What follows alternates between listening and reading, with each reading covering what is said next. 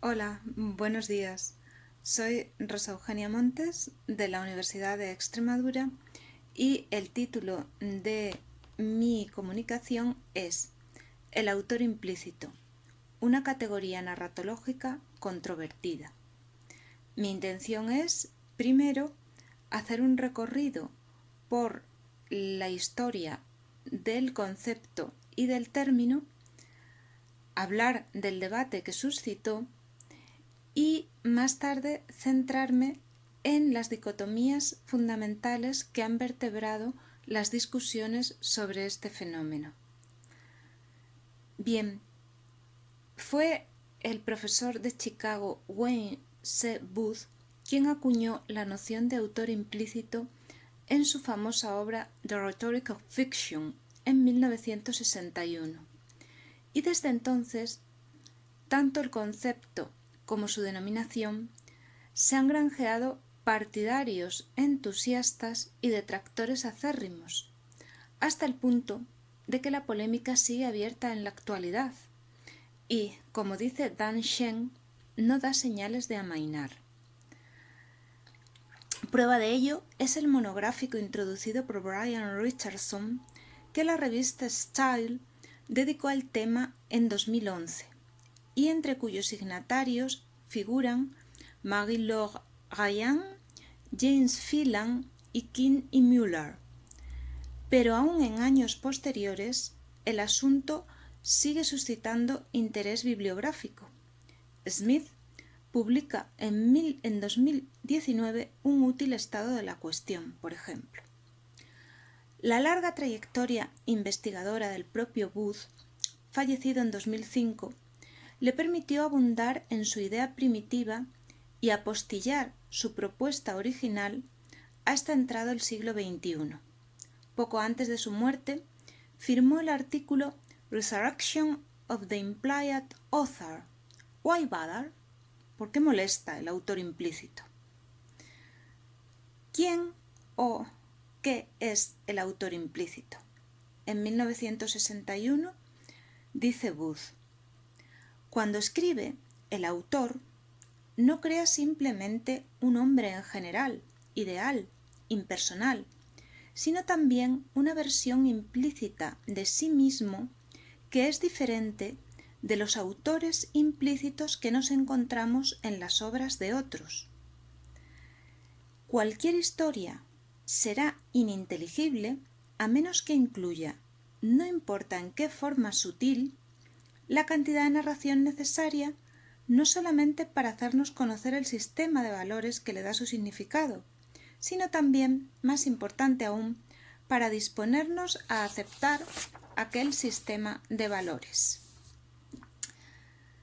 Bien, este fue el momento en que surgió la polémica en Occidente, pero como muy bien ha señalado recientemente Smith, con otra terminología, autores anteriores se habían ocupado ya de este concepto, de esta idea que alienta en las historias, esta mentalidad.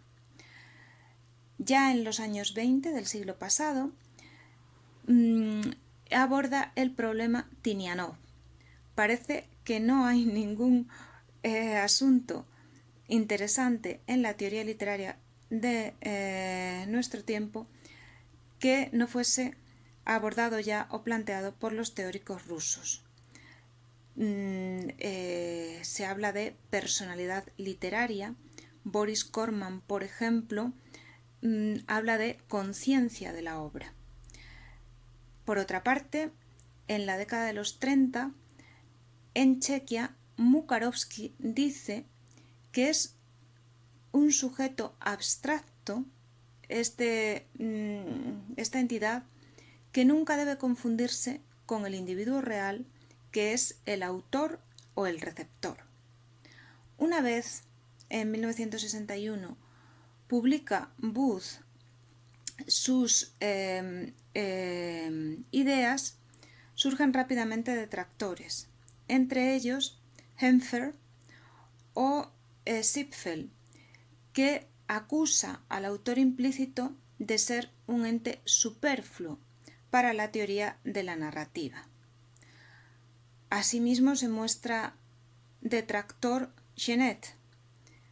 Si se quiere convertir esta idea del autor en instancia narrativa, me retiro, porque pienso que no hay que multiplicarla sin necesidad, y esta, como tal, no me parece necesaria. En el relato, o más bien, detrás o delante de él, hay alguien que cuenta, que es el narrador. Más allá del narrador, hay alguien que escribe y es el responsable. Este, gran noticia, es el autor. Fin de cita.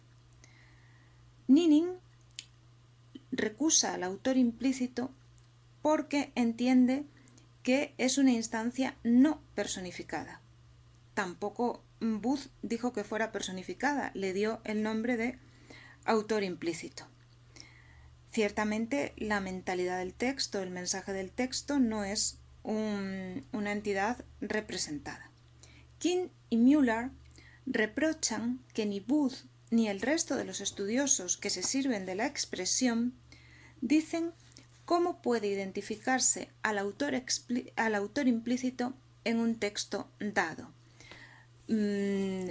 Evidentemente no es un retruécano o una metáfora, no es simplemente una cuestión de estilo y necesita un contexto amplio, pero sí hay autores como Raymond Kennan que, aunque no se considera partidaria ferviente de Booth, distingue, por ejemplo, varios indicadores: hechos que desmienten la visión del narrador, conflicto entre la visión del narrador y las de otros personajes y contradicciones internas en el lenguaje del narrador. Como he señalado antes, dos dicotomías fundamentales articulan las discusiones que ha habido sobre el autor implícito.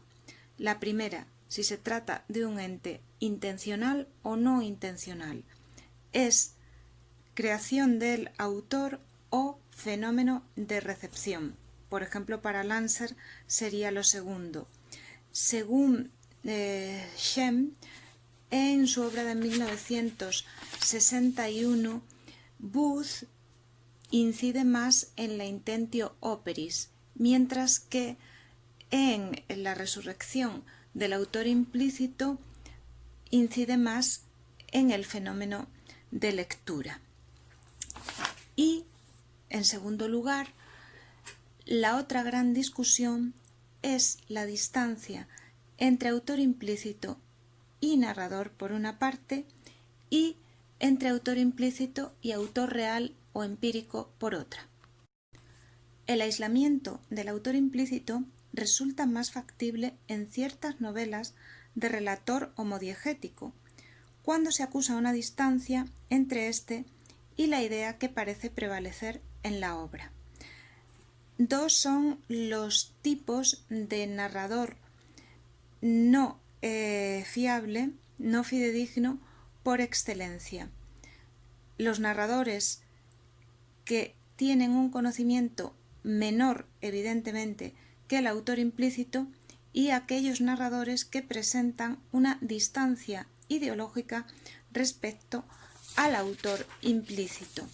Entre los primeros cuentan narradores adolescentes, narradores niños, o especialmente cándidos, como por ejemplo El vicario de Wakefield de Oliver Goldsmith. Por aducir ejemplos de nuestra literatura, pensemos en la tesis de Nancy. La doctoranda Nancy es culturalmente una niña y no entiende los dobles sentidos.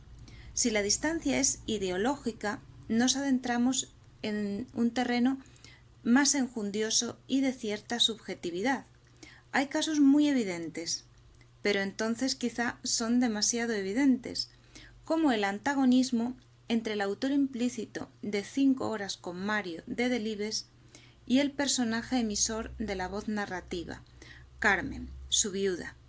Mas tal diafanidad no es lo más común, ni desde luego lo más deseable, resulta un tanto impostada. Por último, vamos a detenernos en la diferencia entre autor real, autor empírico y autor implícito. ¿Es necesaria esta distinción? Yo sí creo en esta instancia, si bien admito que disociarla con nitidez del narrador solamente puede hacerse en casos de homodiégesis. ¿Por qué no hablar entonces sencillamente, como quiere Genet, de autor frente a narrador? Para mí, sobre todo por un motivo, para dejar todas las dimensiones inmanentes de la obra, y la ideología también se socava de la obra, al margen de la figura del autor histórico, que además, como persona, puede incluso no comulgar con el decálogo que insufle su novela.